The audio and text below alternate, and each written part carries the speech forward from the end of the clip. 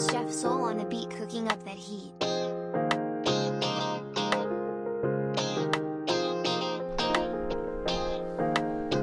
You ready to kick this off?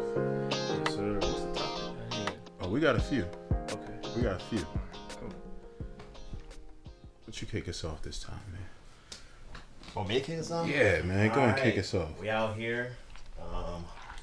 Mr. Matt has a previous engagement, so we got Chris joining us, another homie. Keep elevating as a collective, Parts are interchangeable, so here we are. Yeah, like a car.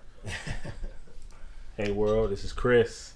How's it going? Welcome, brother. Thank you. We appreciate you joining us. Yes, sir. I'ma Thank y'all for having me. I'm going to tell you what I just told him before we get started.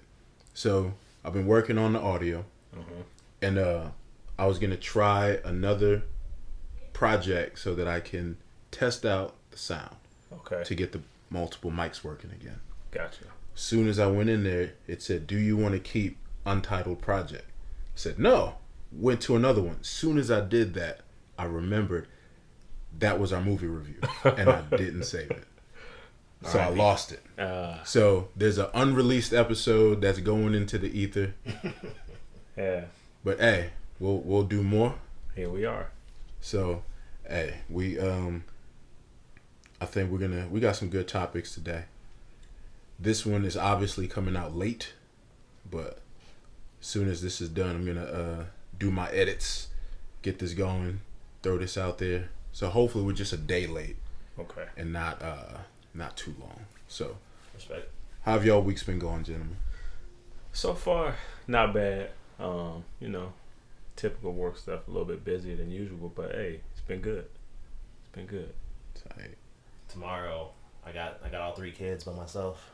Wife has a meeting at school, Ooh. so I got at least 4 hours. All Made it. 3. So we'll see how it goes. May the force be with you. Ooh.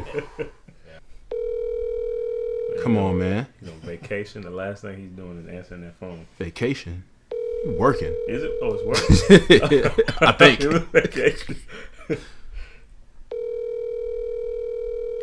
Well, Matt, we tried to call you. We tried to wish you well, but obviously you don't care about I that. don't care, man. Out of So sight, out of mind. out of sight, out of mind, man. You're supposed to love us. He's probably looking at a Keith Sweat listening party. Just having fun, so Yeah, 3-piece suit. sorry to interrupt. Mad buttons. Mad buttons. All kinds of buttons. The tie matching the shoes. Man. So let's kick off, man. Let's kick off with some NBA. So the last time we recorded was Game 6. So we can cap that off real quick. We all know what happened. The Bucks won in 6. You called it 2 weeks early. You know, I'm prophetic, I guess. Hey man, Negrodamus over here. Yeah. I thought it was gonna be Suns in 7. What did you expect when the series was going? I did not expect that. I mean, I know Chris Paul is known for 2-0 and shut down, but I really thought the Suns were gonna pull it out. I really did. Yeah. The Bucks was shocking. So, does something like this now mean that it's not fixed? Because every year somebody's calling, "Oh, it's a fix. It's fixed. It's fixed for this to happen. It's fixed for that." Like, remember when Cleveland came back from 3-1? Mm-hmm. Aisha Curry hopped on Twitter real quick and was saying it was a fix. Of course. And then they came back from. Didn't they come back from 3-1? Didn't the Warriors come back from 3-1 the following year? No, they came back from 3-1 the series before Okay. against the Thunder. They were down 3-1. Okay. And then they came back And and they won. lost 3-1. to But the was it Cavs. fixed? Hey, See? man, I used to say a lot of these sporting events are fixed, especially NFL. Sometimes I'm like, that's kind of iffy. The Super Bowl, the way Patrick Mahomes played, I was like, man, I have seen him play over and over, week in and week out. So I don't know. The NBA actually shocked me this series. I mean, I thought everybody played, to the fullest. Yeah. It did not look rigged to me, personally. I feel like the fixes went out the window whenever the Lakers lost because LeBron in the finals. Even if people don't like him, he's still good for the league as far as revenue goes. Mm-hmm. And then definitely once the Nets lost, I was like, okay, Yeah. it's definitely not fixed at this point because Brooklyn and LA in the finals, the revenue that would have generated just on ads by itself, let alone ratings, would have been crazy. You know, I mean, Phoenix and Milwaukee are not exactly Right. large markets to have for your final series of the season. So Right. I think this was like a legitimate season. I agree. I don't think any of the Twitter honeys were excited to have to travel between Phoenix and Minnesota to try to get chose. You know what? Maybe this would be one of those off years where they were like, let's just see what happens. Yeah. And then this is what happened. So next year they gotta fix it to go to the East Coast or the West Coast, because this would be like politics, right? They were like, you know what? We're not gonna step in. The mysterious the shadow people. It's like, we're not gonna step in this time. We get Trump. Now they're like, we gotta get our people back in there. Hey, I saw some major trades going on this week, so it's like a lot of people are stepping it up. Free agency is always wild in the NBA. I like it more than the regular season, to be honest. Like the off season, it's exciting. Like tracking the contracts and then who's going where. Yeah. And the Lakers, I mean, they lost in the first round this season, but they retooled now in the off season. But it's a bunch of old dudes though. Like the average age of the roster by now is like 35 years old. I think it's like 32. Yeah, LeBron is 36. Melo is 37. You got Russell Westbrook who's 32. Yeah. Got a couple 33, 34-year-olds in there. Yeah. Like AD is like one of the younger ones. He's 28.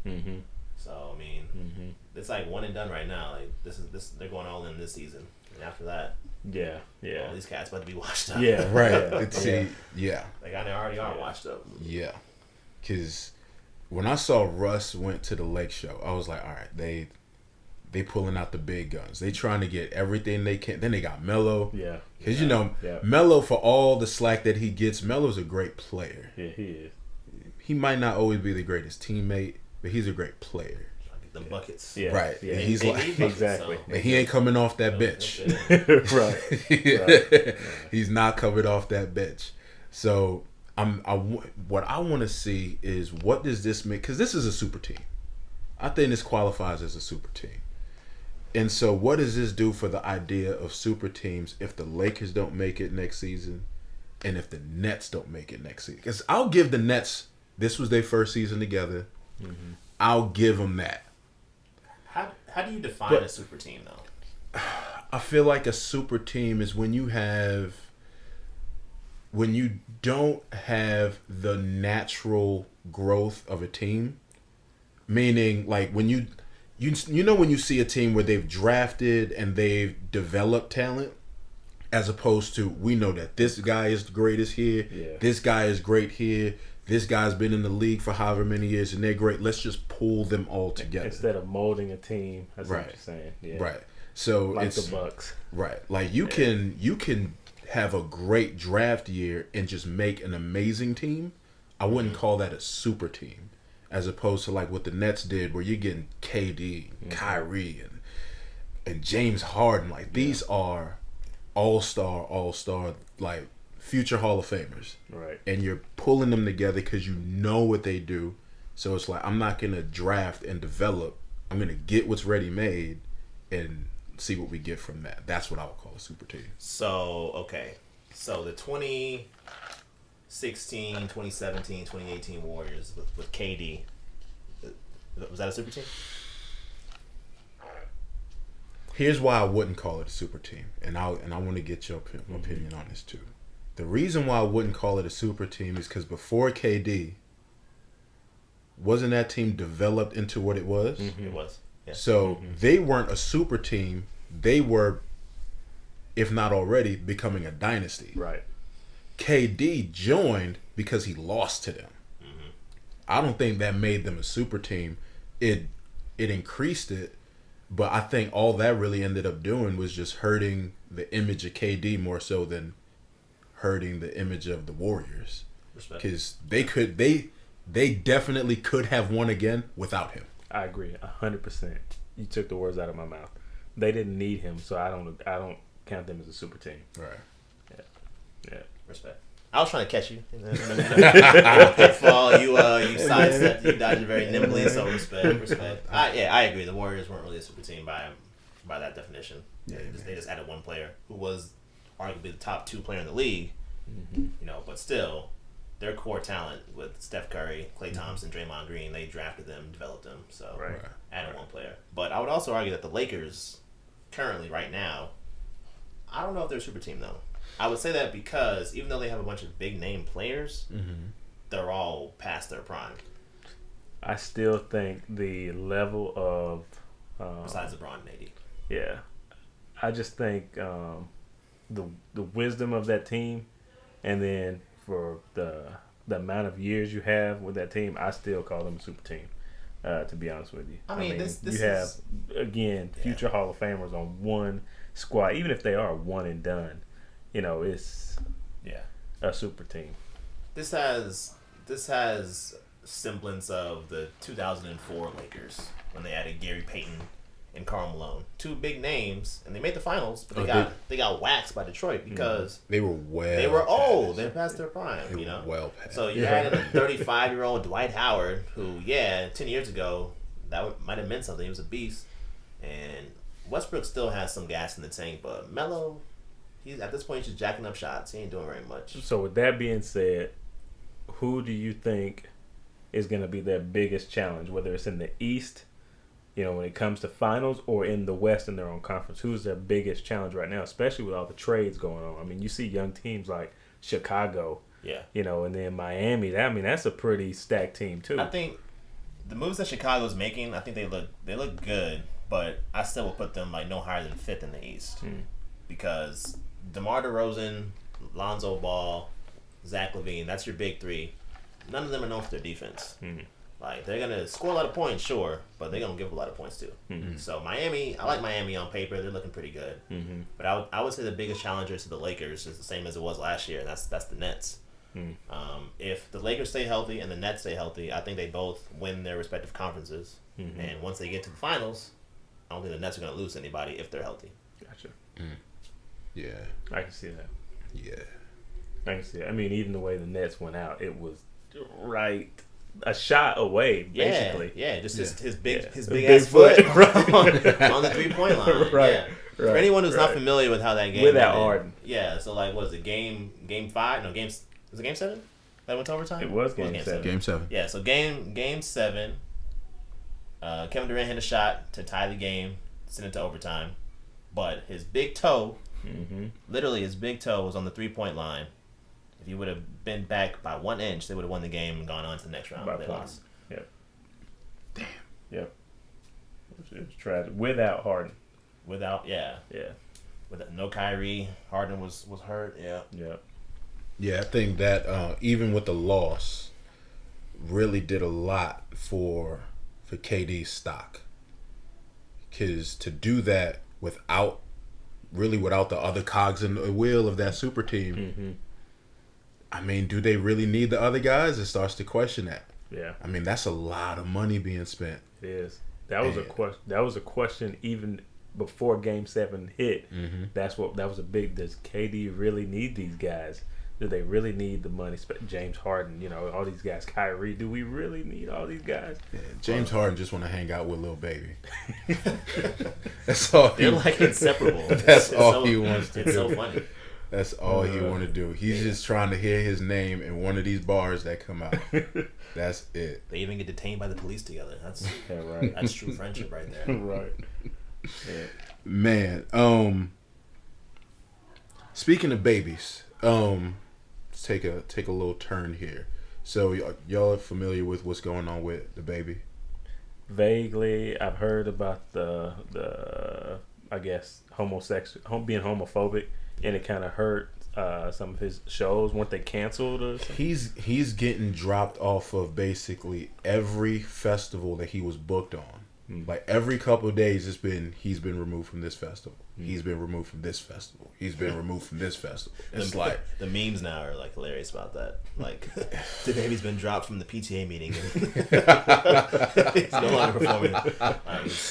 and it's like, so it all started. It all started with Rolling Loud in Miami, and he's performing. One thing that people already was kind of tight at him about is that he's cool with Tory Lanez. You know, he's got the issue with Meg going on, but allegedly shooting her.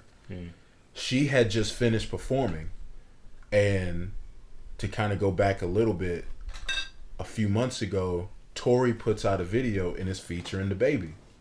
And Meg reacts to that. She's like, me and you was cool, and you signed off for this to come out? Yeah. So she took offense to that. He kind of was just like, whatever. And my idea on that was like, these industry people aren't your friends.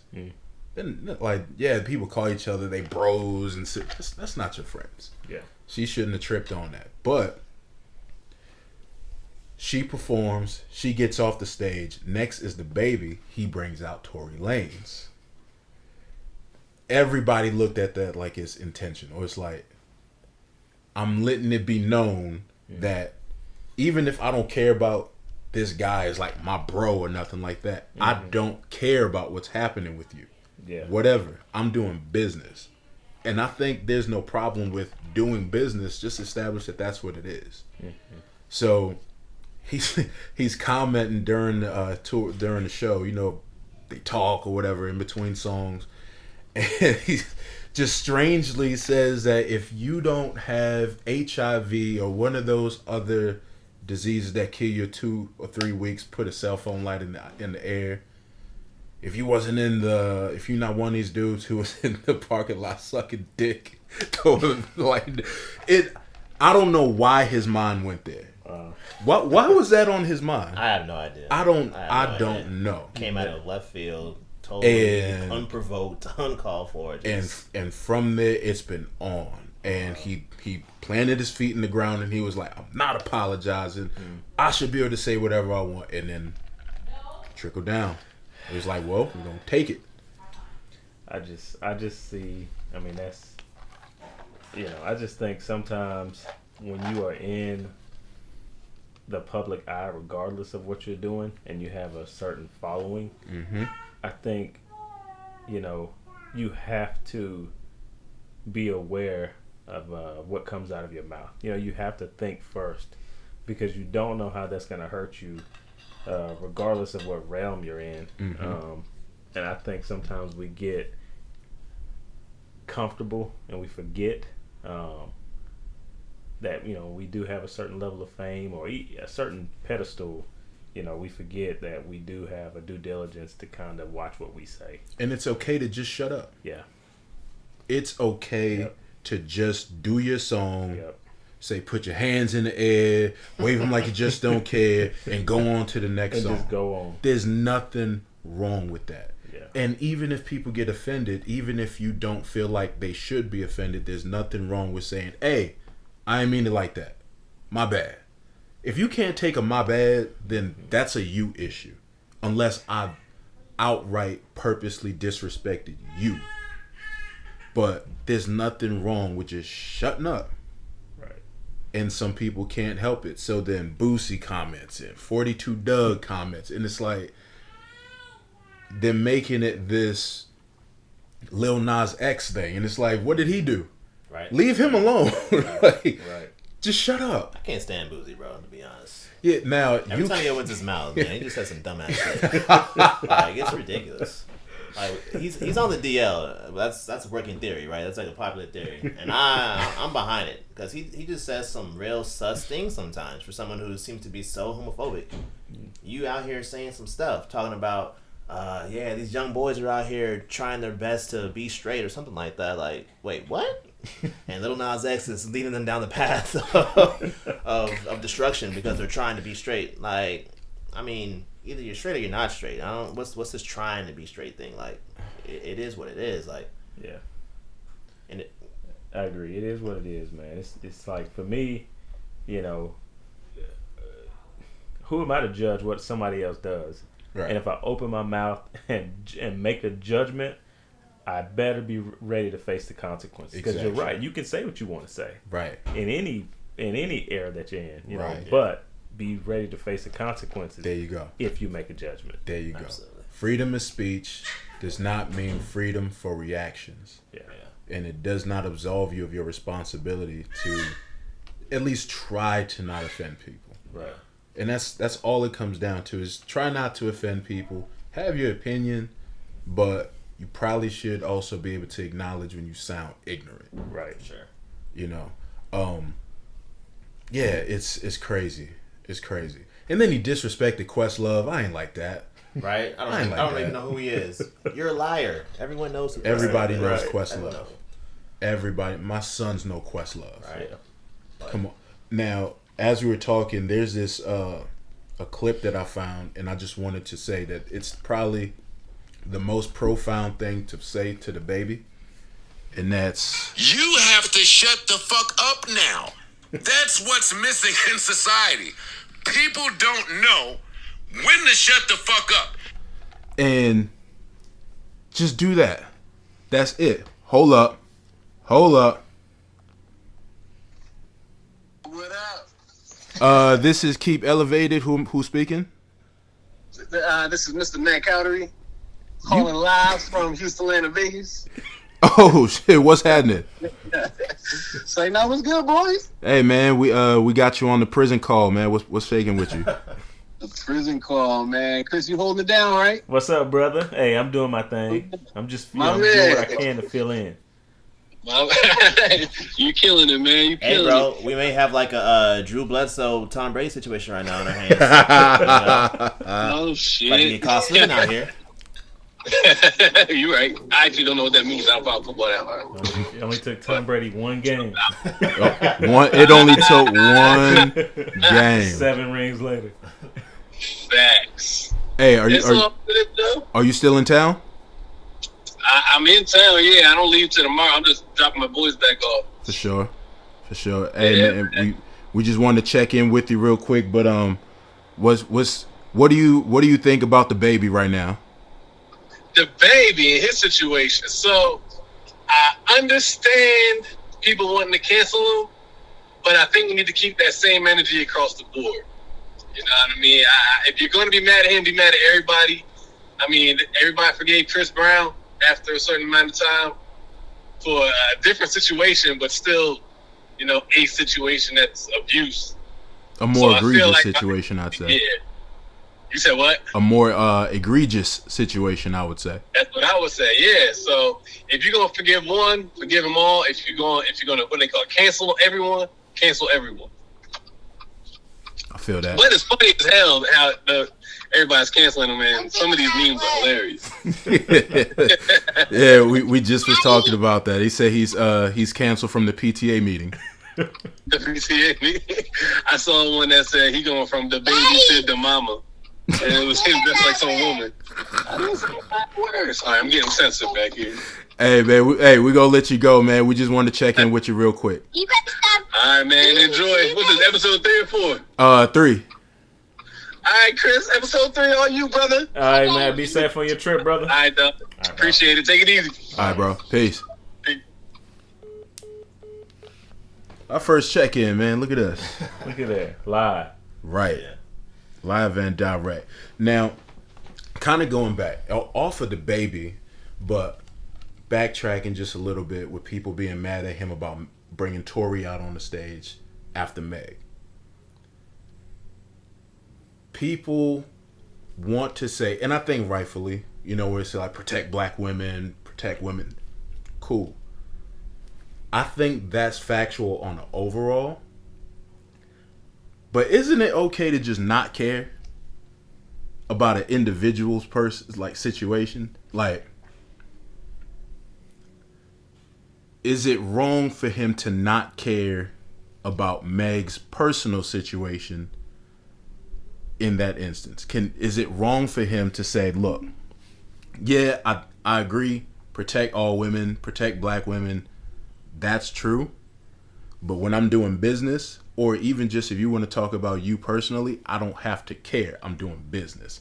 Is that wrong of him or overall for somebody to feel? I see what you're saying, see where you're coming from, but I would say that once you reach a certain level of status as a celebrity or whatever in your craft, in your field, I think what you care about and your personal feelings don't really matter as much anymore. Because you got to worry about your paycheck, right? And who has the power and the purchasing power. I think that a lot of these cats out here who are getting canceled are not realizing where their power actually lies. They think that, hey, okay, I'm making the music, I'm making the hits, whatever I want to say is fine, freedom of speech, blah, blah, blah. That's not the case. Like, the Baby's fans, like hip-hop fans in general right now, are not the same as they were 20 years ago. No. There are 15-year-old white kids out there, right? And these kids are growing up in a time where they're more quote-unquote woke and whatnot, and like they're moving the needle as far as the purchasing power goes. And these record labels understand that, hey, I gotta be on the side of these kids who are putting money in my pockets. And if they're all growing up as more liberal and, you know, more open and accepting, then I got to come out and condemn these statements immediately as the record exec or, you know, festival planner, whoever. And so as a performer, as an entertainer, I think you have to be aware of that. And even though you may not care personally about Meg particularly, you gotta understand that she has a bunch of fans out there herself. And her fans, if they gotta cancel you, that's a pretty big chunk out of your pockets. Yeah. So say what you want in private, but in public, you gotta shut up and just move. True. Agree, 100%. To piggyback off of that, you know, you have to understand that because basically you're a brand, right? Your brand can affect your entire team. It's just like a sports event, you know. If you're gonna do something that jeopardizes or say something that jeopardizes your team, you might want to think twice about doing it because it's not just you anymore, you know. And I think that goes along with, you know, what Brandon's saying. Right. So, you know, it's time and a place. I agree with that. I agree. I just wanted to throw that out there, cause like I wonder how it would be taken if he or anybody, because right now he's kind of radioactive. So how it would be taken if somebody else who's also famous was to just be like, hey, yeah, I care about the safety of people overall, but honestly, I don't care what this person is going through. And I see where it's like it's kind of hard, especially in the public, to not have them kind of intertwined with each other. It's like your public persona or your privacy is your public persona. And who you are in private eventually is going to be exposed. And because it's like you can't escape being seen now, especially when you're doing it yourself. So yeah, I just wanted to throw that out there. Like, is everyone, or especially celebrities, are they forced to care? Or at least have the image of caring, and is that right? You know what I mean? Yeah. You know, I think it's like, does Nike really care about black people? I don't know, but it also would be it'd be really inflammatory if there was to be like, look, we sell shoes, we don't really care about what's happening right there. So I get that. Just thinking it through. Yeah. No, I think most companies these days operate, even before these days, you know, back in the day, operate under the guidance that, hey, we got to cater to our consumers. Like whichever way society is leaning at that day and time, that's what we got to come out and say. Like, if BLM is cool right now, hey, we're BLM. If 2 weeks from now it's, you know, Asian lives matter, all right, we're that now too. Like, they're just gonna go with whatever society is pushing them in that direction because they want to protect their bottom line. That's what they care about the most. Right. No color is more important than green to these companies. Very true. right. Very true. It's all about the bottom dollar. You see it in your jobs every day. Whenever they make changes and different procedures, it's like, you know, it's somebody that's just looking at the analytics of it all. It's not about the individual people and how they're gonna feel and how they're gonna have to force themselves to adapt to it. So, and I'm seeing that right now at my job. So, yeah. And I agree. And I think it is still something. Whether the bottom line is green, it is still something to be said about these companies that actually do take a stand. You know, for instance, I went to the Nike store, I think it was the day of Juneteenth, and I think Nike actually was closed and said, you know, due to the Juneteenth celebration. We're gonna take this time to, think about, what's going on right now. And for me, I thought that was respect. I respected that because they didn't have to. So Right. although the bottom line is green, it still it sends a good message. It sends a good message. So for me, I definitely appreciated that, and the companies that are doing it. So Yeah.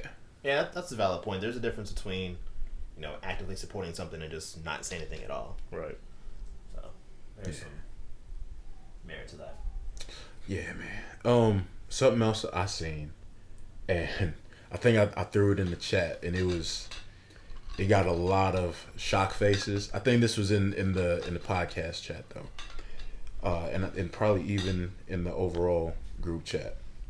So we're all married, and Dr. Dre got to pay $300,000 every month for life, unless she gets remarried, which would be the dumbest business move in the world. So she can have a forever boyfriend and get $300,000 every month forever, and they never touched a drum pad in her life. That's tough. Yeah. Didn't write a word on G-Thing. Ain't play a string on Steel DRE. Man, and when you see something like that, right? What do you think of? Because I'm like, does she need that much? Yeah, I don't know how they come up with these numbers. They're astronomical. Good ass lawyers is, I guess, the first step. Yes. Because they come up with these lists and saying like, this is what we need to maintain the lifestyle that she became used to from living under this person who she, through that time, I guess, didn't have to work. And you have a requirement, I guess, when there's no prenup, Yeah. that you have to maintain the lifestyle. Even when you have adult children, you have to maintain their lifestyle because they got used to it. Yeah. Which is crazy, because if my job divorces me, You still. they don't have to maintain my lifestyle. And it doesn't have to be because I did something wrong to get fired. We live in an at-will state. So, I don't know, man. It's at some point, it's like, who can't live off of $100,000 a month? Who can't live off of $20,000 a month? I hate speaking on divorce, but man, it's just like you just said with your job. When you go to your job and you sign that offer letter, it states this is an at will. This is not a contract. So when you have a brand and you are it's kind of a catch-22. But when you are a brand and have a brand like Jordan and Dre, it's like, it's a catch-22 because you don't want to say here's the prenup, because then it questions, are we really in love? But at the same time, if that's what you don't want to face when you're mega millions, then maybe that's a question that needs to be had in the beginning. Because just like us in regular everyday life, if you decide to walk up out of here, you're going to have to help take care of these kids in this house. And you may not have mega millions, but it's going to hurt you in the pockets because you have to give them the same lifestyle they had while you were in this house. And I don't see anything wrong with that. For the children, they are small. They need to be taken care of. They need to be provided for. And I would see no reason why they should have to go from living somewhere like here to going to, I don't know, the slums of, Motel 6. Motel 6 or Right. going to, no disrespect, but going to Duncanville, and there's nice places at Duncanville. There's places where somebody might want to live, but it's not always the most optimum place that somebody may want to be. So just as an example, going from here to there, yeah, that's going to be a lot for them. So even if they wouldn't be kept where we are, somewhere close, somewhere that's similar, a similar living place where they can still get good schooling and all that. They still need to be provided for. I get that. But when your children are grown adults, college and past, if this ain't working out, hey man, sorry. I mean, I feel like, yeah, I shouldn't be able to just leave you in the dust, depending on the reason. But maybe I shouldn't be able to just leave you in the dust because I'm just not happy anymore. But $300,000 every month, forever. Hey, I don't make that amount to even comment. But good point with the kids. $3.6 million a year. That's a lot. Yeah, Getting more than a veteran minimum. Getting more than the vet minimum, and ain't played a key on nothing. hey. Ain't wrote a bar. Ain't signed an artist. Well, It's the risk you take, I guess. Yeah, man. We seen what Jeff Bezos had to give up. Oh yeah. He got that back quick and more. That's Obnoxious. but that's a whole other. Kelly Clarkson got caught too. Hey, She got caught slipping. see now, But I don't want to have to feel good about that, but I can't help but say, get your money, King. City boys catching up. City Tie boys game in the up. fourth quarter. Kelly Clarkson got to break it off. Yeah. Didn't they say his dad did the same thing? Yeah, yeah, It's a family tradition. yeah. She got the bread, cool. She got to pay like You gotta- $200K per month. Hey man, gotta And do what then, you gotta do. The ex-husband's mom is Reba McEntire, and so when his dad left Oh. divorced her, Oh. she got bread. So he's like, run me those checks real quick. See, it's that, man. You know, like the verse I really like, Luke 12:48. To whom much is given, much is required. That's right, Hey, it comes with it. Yeah, man. it comes with it. Yeah, man. The whole asking for a prenup, like I get how it would make sense because you have more to consider. It's not like, you know, we came together and we were young or whatever and we just have a regular life together. Right. This is big business at stake. So I'm not just protecting myself. I'm protecting my businesses, my stake in this industry, you know, and giving up millions of dollars. I guess it's that she's only getting funds from the divorce with him, and I would guess she's not getting anything out of Beats by Dre or Aftermath Entertainment, but that's just a lot, man. And like you said, man, that's more than we could really even fathom to have to pay out, let alone the money he's making on his own. Right. Yeah. But How do you even like plan that far ahead though? Like with a prenup, like just looking at the Dre case in a bubble. Like they were married for like 20+ years, right? Like in the 90s. in the 90s, Yeah. so he was already Dr. Dre Yeah, at that point. but he wasn't Beats by Dre billionaire at that point. Like, No. How can you foresee that? Like Yeah. to think that one day we may split up and I got to pay $3.6 Right. million a year to support you in your quote unquote lifestyle. It's tough. That's tough. At the same time, man. She was asking for some wild But stuff. I mean, you though. take that vow. Yeah. Hey, you take the vow. She wanted like $100,000 a month or something for charity. I'm At like, that nah, point. if you want to give away money, you gotta give that yourself. Yeah. Don't have me give you money to give it away. So what happens if you get separated and you just refuse to sign the papers, like the actual divorce papers?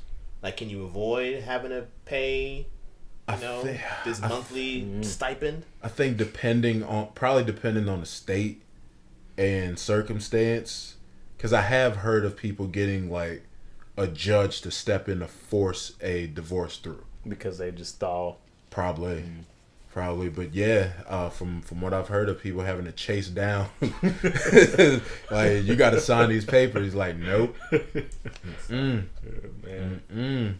Because they try to serve you the papers, right? So if you just like have your hands behind your back all the time, you can't get served, right? That's how, theoretically. Just walk around with your hands in your pocket. That's when you have If somebody someone dressed asks, like, "Hey, are you Andre Young?" No, I'm not.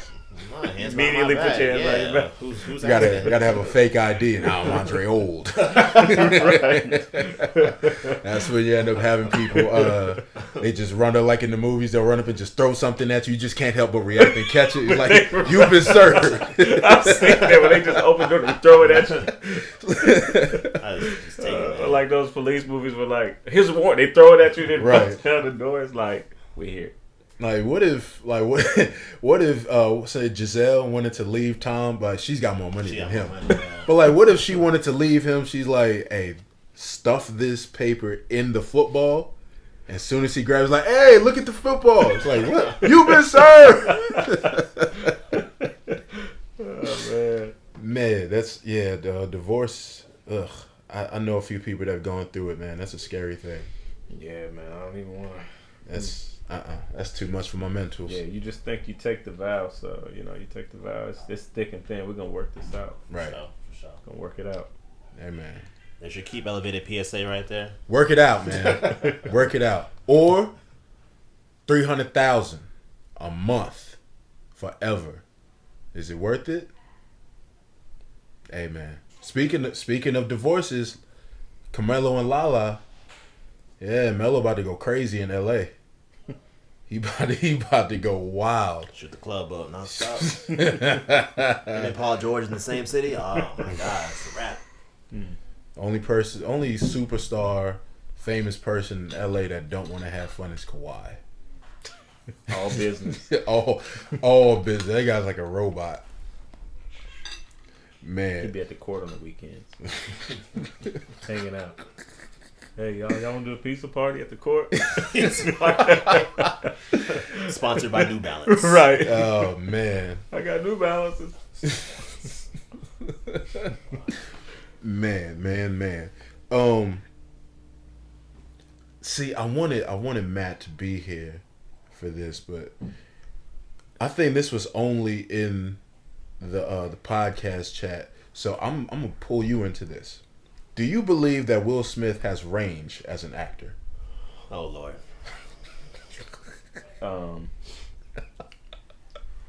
I do. I think his earlier movies, to me personally, were a lot better than his later movies. Because the later ones I've seen, and I don't know, can't say I've liked them all. But earlier in his career, I definitely think he does. I mean, you can just see the different dynamics of different movies he's played. Like Ali, Independence Day, Bad Boys. I mean, you can just name different roles that he's played. I do personally, but later in life, I can I can't say I've liked all the movies later in life. But earlier, if it had Will Smith in it, I was definitely going to go see it. So, do you define range as in having a wide variety of roles and across different genres and whatnot? Yeah, I think so. Okay. Yeah. See, and that would be my idea of range. Like, not playing the same type of character time after time, like being typecasted. Right. Like The Rock has like no range. Yeah. You know what he's gonna be if he's in the movie. Kevin Hart, yeah, he's a comedian, but if he's doing a movie, you know what he's gonna be.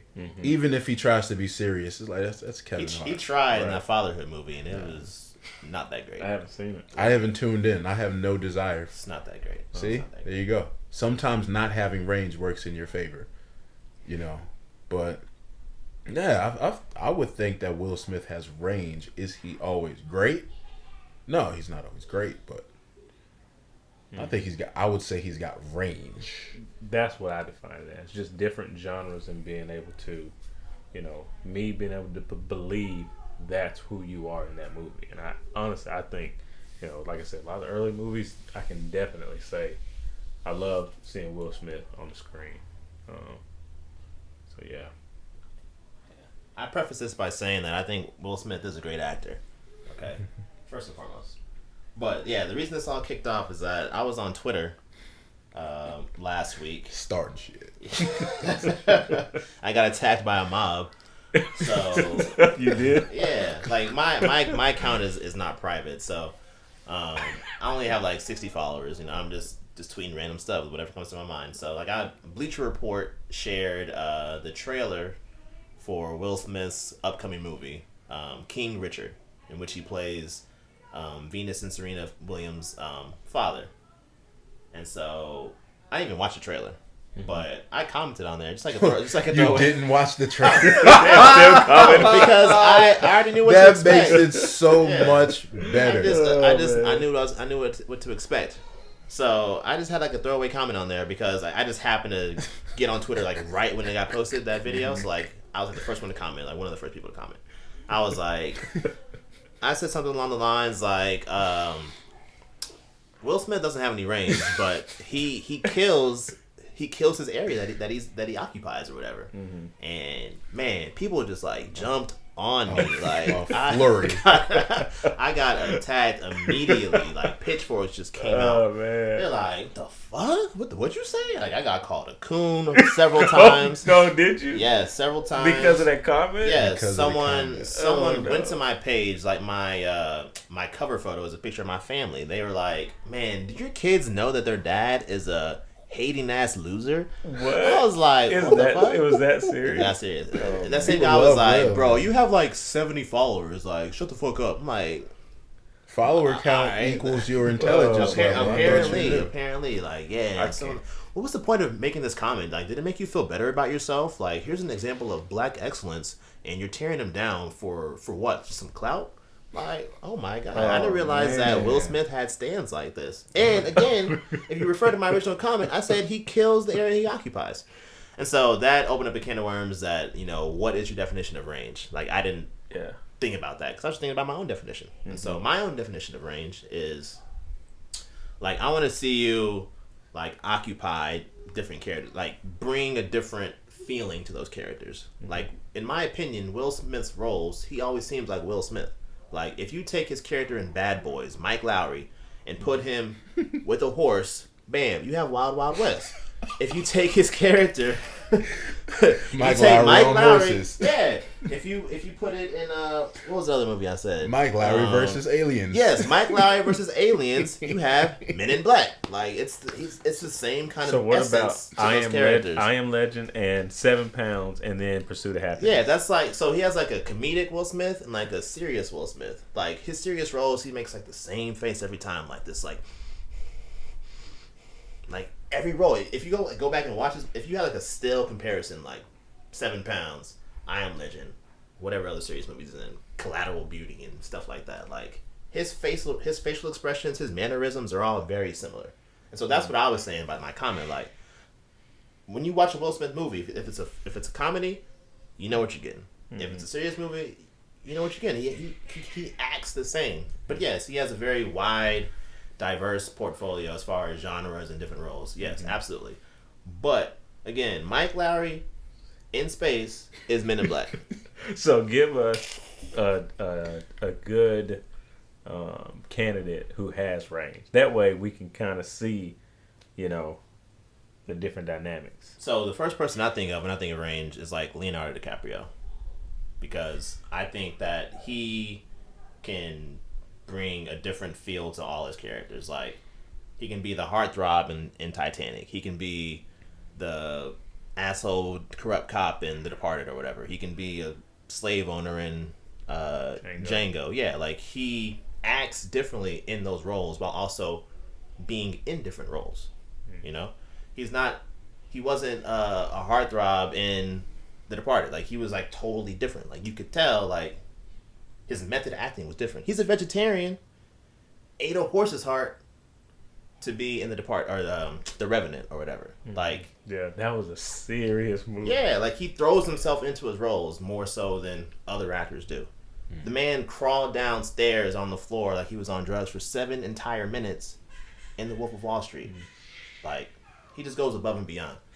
And when I first brought this up, Matt made it seem like I was trying to call out black actors specifically as having no range. Well, give Because you mentioned Denzel. give a white actor Yeah, I mean, with Denzel. no range, and then you yeah, got to it mix it also- up. That way the people can see. Yeah, it also it raises another question too, which I think might have some merit to it. Like maybe black actors just aren't given the freedom and the opportunities to explore these different roles in order to really fully express their acting chops. Because I think Will Smith absolutely could kill, some silly ass role or some super serious role. But is he being given those chances?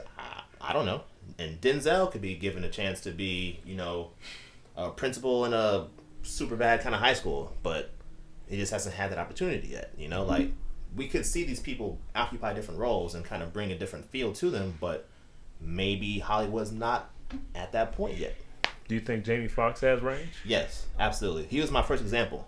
Oh, okay. Yeah. He may be aided by his ability to do impersonations, but yeah, he absolutely has range. Like he has some pretty shitty movies, but he's also Ray, and he completely killed Ray. And when he's going to be Tyson, I expect him to kill Tyson. But then you see things like Sleepless or whatever, and it's just terrible movies, but still, he gives his all to those movies. And his acting and his feeling in those movies, from when I watch them, I get different vibes from them. Versus Will Smith is Will Smith. Denzel is Denzel. Like, Denzel is a smooth cat no matter what role he's in. Like, his walk's the same. Like, he's going to get a little chuckle at like, that's Denzel in every role. Like, Alonzo in Training Day has that little chuckle. The cop in Deja Vu has that little chuckle. It's just certain characteristics occupy all their characters, or the vast majority of their characters. So your idea is it's not so much about the range of characters, it's the range of acting skill. Like, it seems like you're able to transplant like this character or this person to these different universes, and it's always the same person, Right. just in a different set of clothes. Right. Clothes may change, story may change, but like the feel of that character, the essence, kind of feels the same to me when I watch them. Gotcha. So can see that. the dad in Fences, in a way, it's almost like saying him, a little bit younger, it's still his same life in John Q. Like, there's no difference in that person. Could be. I mean, there are some outliers. Fences may be an outlier. Fences was a great movie. He killed that for sure. Yeah. But yeah, like if Lonzo didn't go into the LAPD and went to flight school instead, shit, he's Whip Whitaker. He's a pilot right there in flight. Like. But again, they're all great movies. I love their acting. I love their movies. Yeah. Training Day is one of my favorite movies. He absolutely deserved that Oscar. He should have more than one Best Actor Oscar, in my opinion, for sure. Yeah. Will Smith deserves to have one at this point too. He has 0. So they're great Doesn't actors. Leo only have one? He only has one too. Yeah. Yeah. Okay. Yeah, man. I don't think Matt was happy at all when he saw that. No. He's like, I can sense the Arthur fist when he was typing all that. I was like, man, this is getting interesting. And he wasn't alone. The internet again. man. But I think because when you first said it, I was kind of like, where's he going? I think it's one of those things that has to be explained. Yeah. To see your definition. And there's no context, there's no nuance on the internet. No. It's just not you at said all. this. And I'm going to assume going in. everything I about didn't think you. anyone was gonna see it, let alone reply to it. It's Bleacher Report. Bleacher Report has thousands of followers. So I was like, just toss it down to the ether, and then all of a sudden, boom! Who the fuck is this guy? I'm like, oh shit. Okay. They're about to cancel all your shows. I feel like the way that the algorithms work is like it can sense out or pick out certain comments that seem inflammatory, and they're gonna go to the top of the comments. You might have said it 2 hours ago, and it's still gonna be the first thing people see when they click on it and they look at the comments, and that's gonna be the one that's gonna drive people to talk about you, but it's still getting traction on their post. And eventually Twitter is going to figure out how to monetize each post and have advertising on them. And it's the long game to get eyes on what people are talking about and generate some kind of revenue from it. I muted the thread after about 12 hours, and at that point, it had 25,000 impressions. Oh impressions. my gosh, I was that's like, pretty okay. serious. That's a lot. People love Will, man. But right now, though, anyways, you got so many people that have been shut in, and they're just ready to say something. Right now, it's just people are just so sensitive. So that was just ammo. Yeah. Can I just talk about this guy? Because I got some really screwed up things going on in my life. Yeah. You know, that's just what's going on. Social media is. That's why I don't do a lot of, you know, I don't make a ton of opinions on social media. I've never had a Twitter because I just know I just need to keep my words to myself sometimes. It goes back to the beginning where we were saying it's okay to shut up. Yeah. Because nowadays people will they'll almost look at you crazy if you don't have a Twitter or Instagram. It's like People look at me like I've seen people have discussions online. Like, would it be weird if your boyfriend or your girlfriend said that they don't have an Instagram or they don't use Twitter? Like, they'll look at them like they weird, as if they're hiding something. And it's like, I have my friends. Yeah. We may have group chats, but I don't care about what you, this stranger in this place that I've never been to or probably never going to go to, thinks about what I'm saying. And I don't care about what you're saying. So we have nothing to talk about. Yeah. Like, if I go to work, there's people that I'm cool with, a little circle that I've gotten cool with over the years that I'll talk to. The person 3 hours down, I don't care what they think. I don't care what they talking about, so I have no reason to want to go over there and listen to it. It's a social media driven world. Remember the days when it used to be taboo to talk about politics, and now politics is like a major topic? Now it's if you don't have an opinion, there's something wrong with you. You don't care. You don't care about the world. You don't care about the status of what's going on with people. It's like, maybe I just don't care what you think. Yeah. There's nothing wrong with not caring about what other people think. Everybody feels, or it seems like everybody feels like their opinion is so important. You should want to hear what people want to say. And it's like, I don't. I'm here for the memes.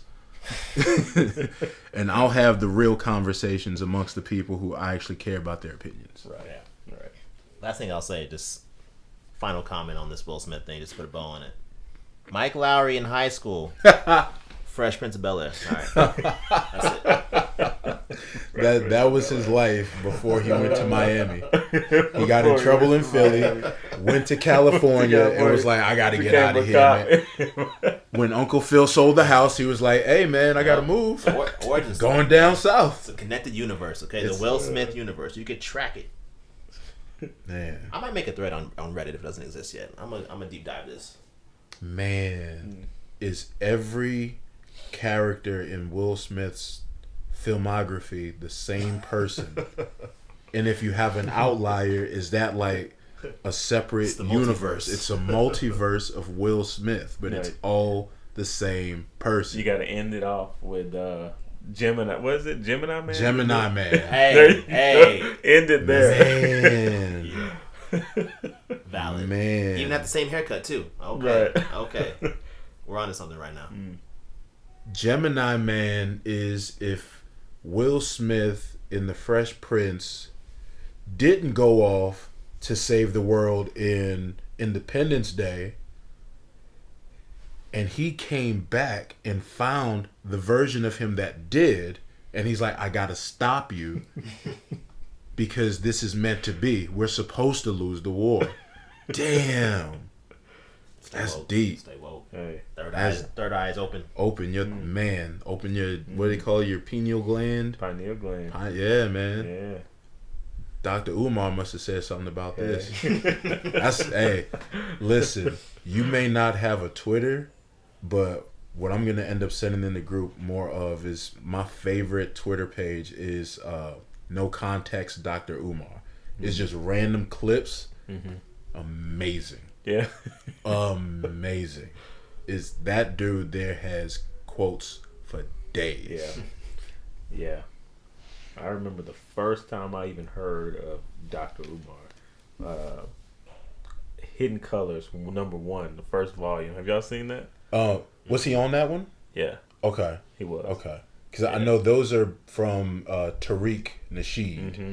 Yeah. I actually never watched a Hidden Colors. I actually want to. I want to check him out. Yeah. A lot of people swear by him. Yeah, I want to check him out. it's a good syllabus for people of color to kind of expound on, some of the things that we may not be taught in history at school. So it's a very good syllabus. I watched all 4 of the documentaries, and it allowed me to read other books and do other research. So it was cool. I mean, it's really cool. You know he's got a new one out, right? No, I didn't know. But it's called Buck Breaking. I don't know if I'm ready to watch that. I don't know because I know what that is. And right. I don't know if I'm ready to watch that right now. Yeah, because there's a lot of things that are pretty painful to read and to talk about, with our people. And I do think it's important for us to know our history. Yeah. Because it allows you to respect what our people went through. And it also allows others to respect what our people went through. Because, I have these conversations with not only people of color, but, white people, other ethnicities. And we have dialogue. It's good for you to kind of open up when and you've done the research about who you are, where you come from, because they can do the same thing. It's good to have this dialogue. I think it's important. Yeah. I do like those documentaries. They gave me it was a good syllabus for me to read different things. So. Yeah, it's good to have that dialogue when you can have it sensibly. Right. Because a lot of people just want to shout. You can't shove. They just want to Yeah. Yeah. It turns people off, regardless of what the cause is. It turns people off when the delivery is wrong. Think about when you may be arguing with one of your homeboys or your spouse. It's like the delivery is off. I'm not hearing what you're saying. So it's all about the delivery. Yeah. Message. Right. Message. A lot of times, and I've noticed this, like I've gone through this, I'm sure y'all have as well, where you can try to explain how you're feeling about something that you were told, and it's like you can even try to preface it with, I know you're not saying, but when you say it like this, it comes off like, and when somebody's just, you can tell they got their defenses up, they still want to say, well, that's not what I was saying. It's like, I know that's not what you're saying. What I'm saying is, it comes off like, and they still want to respond before you've even said what you're trying to say. It's like you're not going to get anywhere, because even beyond communication, beyond like between races, it's just like when older people would try to talk to younger black folk in the community, and they come through like waving a stick at them, and it's like you're not gonna reach nobody like that. Right. But you catch a young dude, and especially us being in our 30s, you see a young teenager, early 20s, and you slide next to him and be like, hey man, I see you, you have that conversation like, hey, look, I know this is where you at with it, but you walk them into that conversation, they'll listen. They want to hear. But if you just try to go preach at them and talk down at them, talk at them instead of talking to them, you're not going to get nowhere with that. Yeah. It's not going to work. Yeah. I think that principle applies everywhere, with any conversation. Yeah. With any conversation. That's, not everybody is made to lead or teach, and like I've had like supervisors and managers who probably really shouldn't be in that position, because it's like, yeah, you can get the book knowledge or the experience that puts you in a position, but can you really deal with people? It's not for everybody. It's not. Like, I know I would never be good as a teacher. I can teach things to my kids, but other people's children, nah, man, I can't teach another kid how to read. Patience. Because eventually, like, the word is what? just say what. I know I can't teach other people's children. I know I can't teach adults. No. That's not, teaching's not my ministry. Yeah, it's an art, man. Yeah, it is. It takes a lot of patience. Yeah, it does. Yeah. Did you have anything you want to add in before we move on? No, y'all good. Y'all covered it. Before we get out of here, because I want to try to keep us to the time that we were talking on. So, did either of y'all watch the verses from last night? Saw the clips. I've been seeing memes everywhere. It's nonstop. I wanna take this time to apologize to Jadakiss. I want to apologize to Styles P. I want to apologize to Sheek Luch. I want to apologize to D Block as a whole. So when I saw this, and I saw what Kiss did to Fab, but I'm a big Dipset fan. Been this way since like 2000. So I went into this saying there's no way that the Lox in New York City is going to have a better showing, more of an impact than the Diplomats. It's not going to happen. Nobody's trying to hear Sheek Luch and J Hood and his cousins' little raps from their mixtapes. Nobody wants that. It's going to be pink furs, big jerseys, big fitted hats, red rags everywhere. And damn, they got destroyed. Man. They got their asses handed to them. Like, I was ready, man. I was ready. I was watching it on the projector. I was in the yard. My homeboy B Scott came through, and we was just kicking it, just watching it, and it started off well. Lox came through with the first song they played is called "Fuck You," Strong. and the Dips, their first song was "I'm Ready." So I'm like, all right, this, you could call this either one, that first round, and then after that it was Lox. I mean, just overall performance. The Diplomats or Dipset, they were uncoordinated. Everything they were performing had like the backing track. It's like they were just rapping over the song itself. Whereas the Lox were like performing. They just had the beat. They knew their words. Gotcha. They were coordinated. Gotcha. Jadakiss be talking that shit. It let me down, man. It let me down. But what was funny was, again, this is in Madison Square Garden. This is New York. I'm sure it smelled like Timberlands and the A Train through the whole stadium. This was like the most New York of all New York. And one of the DJs, before the show starts, like the Lox DJ would play a song, the Diplomats DJ would play a song. That Diplomats DJ, he gave a shout out to all of New York, as he should. He played Hit 'Em Up. Rude. Why would you do this? Yeah. Why would you do that? Yeah. And I think that was just a precursor for what was about to happen that night. And yeah, they got washed out, man. They got washed out. I'm going to watch it again. Because... What are you watching it on? On Apple. Okay. Yeah. And then you can also watch it on, and obviously this isn't an ad, but you can watch it on Instagram on the Versus page. I think they even put it to YouTube. So like, there's a few places. Okay. I'm sure there's a link. I'll put it in the chat so you can watch it. Okay. But overall, it was a good show. Okay. It was a dope show. But man, I thought it was gonna be closer. I'll have to catch it on YouTube. Oh man, I felt bad for the guys from Harlem, man. That was a long ride home for all of them. There was a whole lot of, man, we should have. You ever had one of them arguments and like it's all over? It's like, man, I should have said. Right. Yeah, man, Yeah, they got washed yeah. out, man. They got washed out bad. Man. I would like to see a versus between like Jay and like Wayne or something.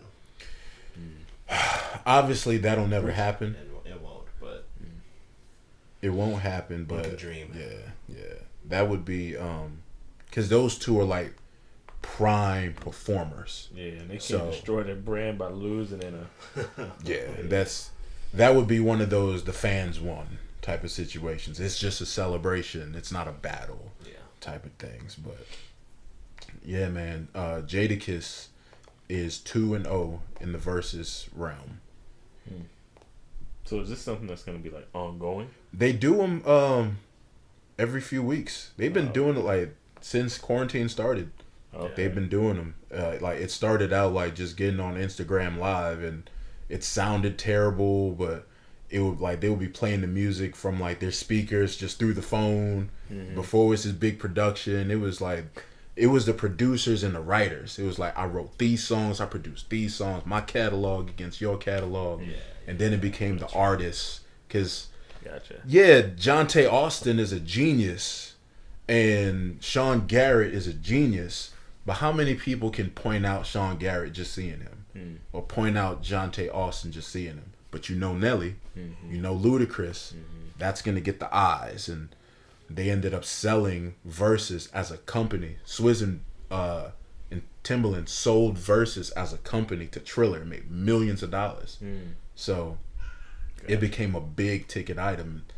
Yeah, now they're selling tickets. It's a Nice. it's a concert series now. Wow. That's what's up. You know, so Wow. yeah, bro, it's Between verses and celebrity fights, man. yeah, People are yeah, finding different ways to make yeah, money. and it was sold to Triller. So now they're gonna sooner than later they're gonna have a mini versus in a Triller celebrity boxing. It's gonna make so much money. It's gonna make so much money. That man, whoever called who first and said, "Hey, we should do this battle," whether it was Timbaland or Swizz, and I'm leaning on it being Swizz because he's just that type of cat. Genius. Wow. And they said that when they sold, everybody that was involved up to that point got some kind of piece of that money. Wow. They went back and was like, "You were part of building this. Here's a check." That's how you get That's that. honorable. Yeah. Big, That's how- even if it was just a couple grand, it's like you did this. Take that. Go ahead. And what that does is it plants a seed in them to promote it more. It's just a big domino Yeah. effect. Yeah. That's cool. Yeah. That's nice. One more thing, at least that I had, and just as a quick hit, I wanted to make a list of just quick things, but I only had one. Especially with being younger. You ever seen people outside of where you're used to seeing them and it just felt weird?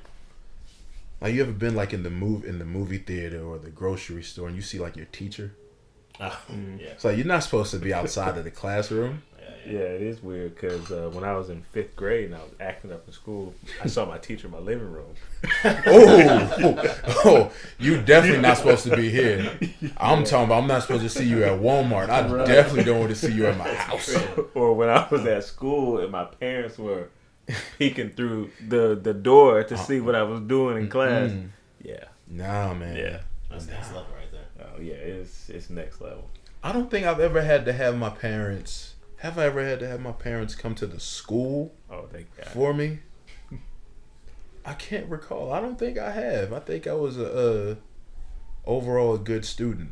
I think I got away with mine's on the low.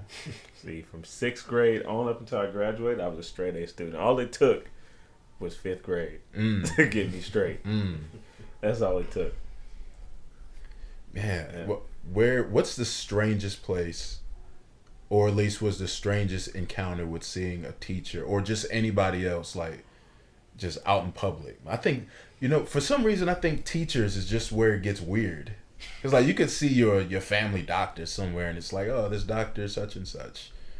But a teacher is like, why are you outside?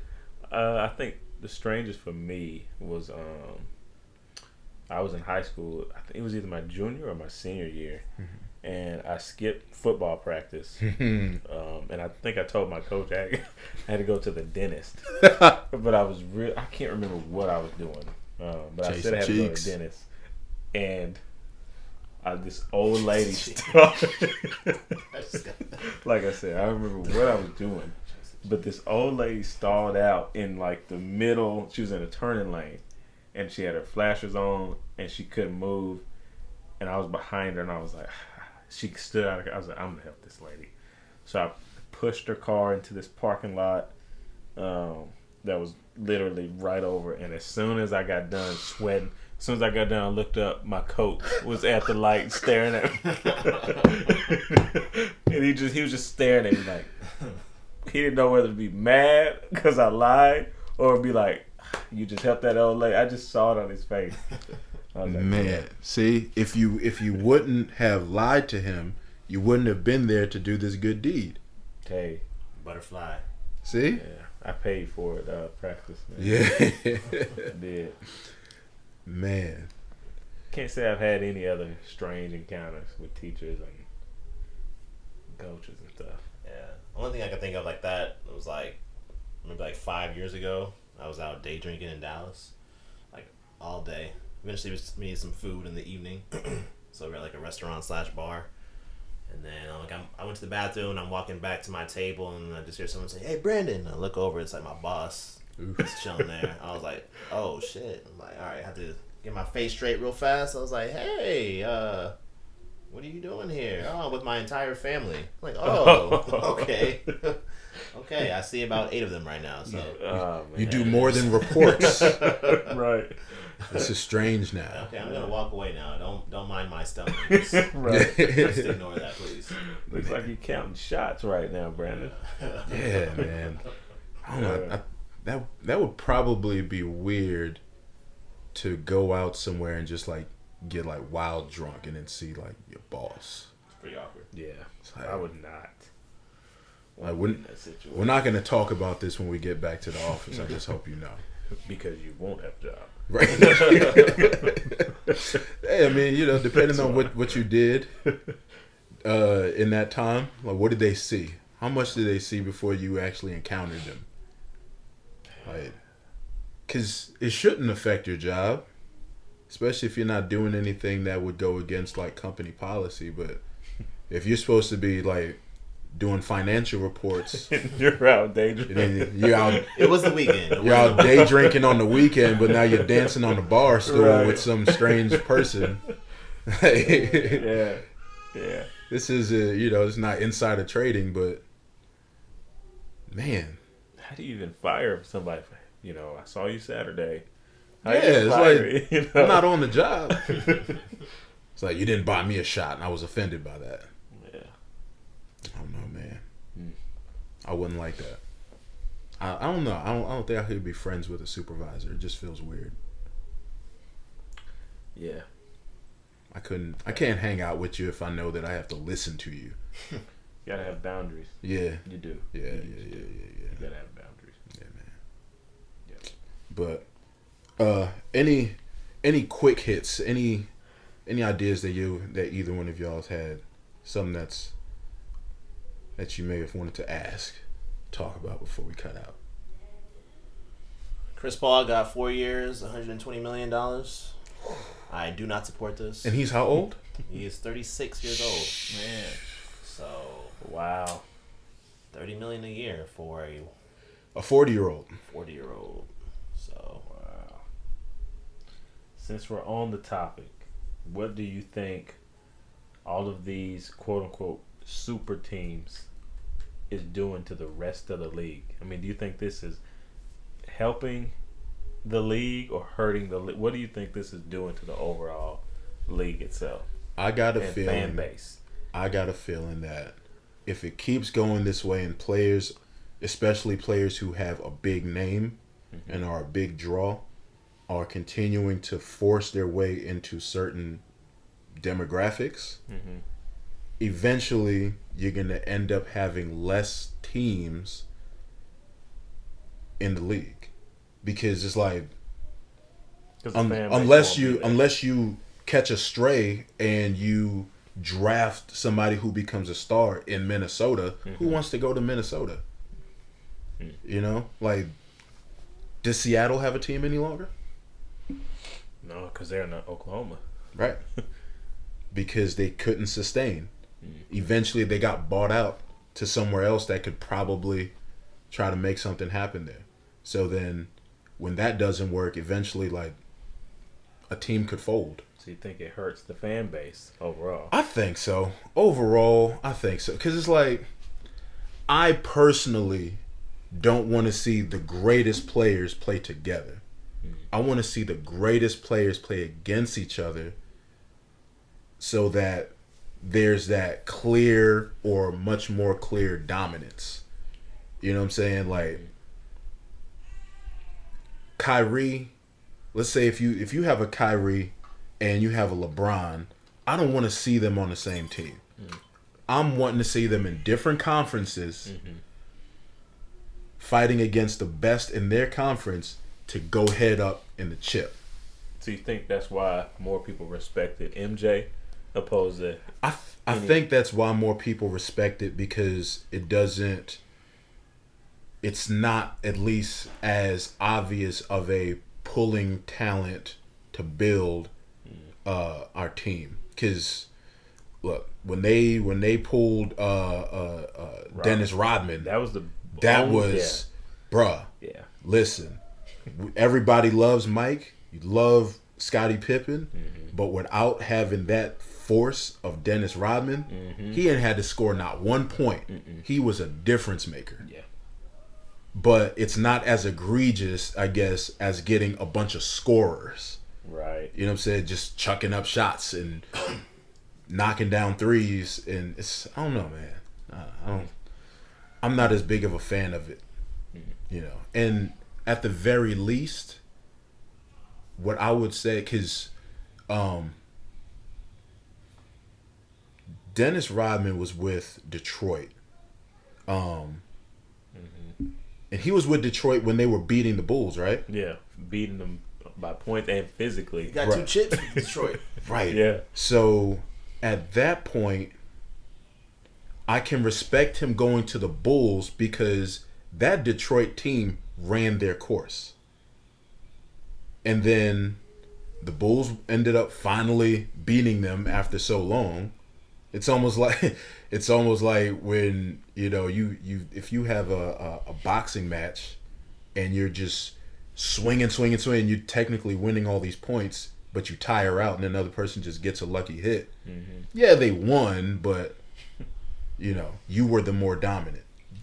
The Pistons were the more dominant team. It took years for the Bulls to overcome that. And then they get Rodman. It would be a little bit different if, you know, after those constant losing, if Michael Jordan went to Detroit. He's like, look, I can't beat him. I got to get with this team so I can finally get there. It's a little different. I think the entire concept of super teams and the hate that they get in today's day and age is nonsense, personally. Like, going back to what you said about franchises folding and whatnot, looking at the Seattle example. Seattle moved to OKC. Oklahoma City is not a larger market than Seattle. I mean, they could have been sustained in Seattle. Their ownership changed or whatever, so they felt the need to relocate. And LeBron teaming up with Melo and AD and whomever and KD and Kyrie, that's not making the Charlotte Hornets' chances any worse. They weren't going to do anything regardless of who they played for. You know, there are certain teams that I think that no matter how many superstars are on one team or 2 teams or 3 teams, they just won't go anywhere because they don't have the talent. Because they don't draft well, they can't sign free agents because their cities aren't attractive and that kind of stuff.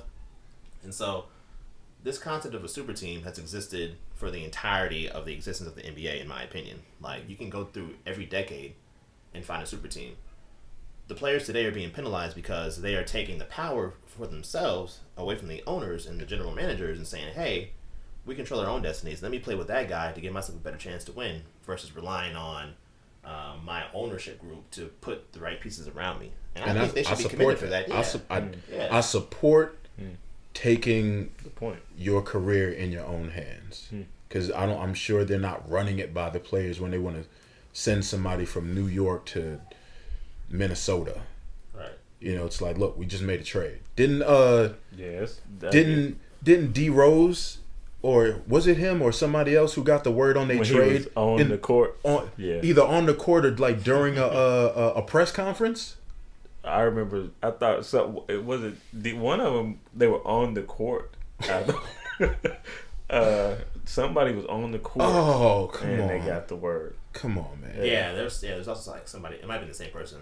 Recently, they were on the court about to play. Said, "Hey, you just got traded. You Yeah. have to leave.